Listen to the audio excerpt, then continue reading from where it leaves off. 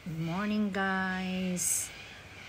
Good morning everyone. Ayan guys, magluluto ako ng sarsyadong isda kasi may tira akong prito. Bumili ako ng tulingan sa Asian. Tapos ayan, pinirito ko, pinaksiw ko, pinagparti-parti ko siya kasi 4 na piraso siya. So may tinabi akong prito. Ayan, ginawa kong fish sarsyado. Ang sarap. 1 piraso lang kasi ako lang naman yung kakain.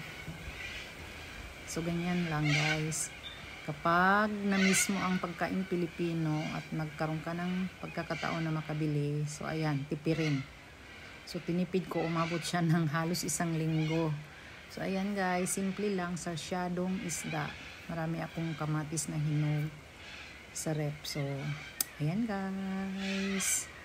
Ang sarap. Nilagyan ko lang ng itlog. So, sarsyado na siya. So, feeling nasa Pinas lang ba.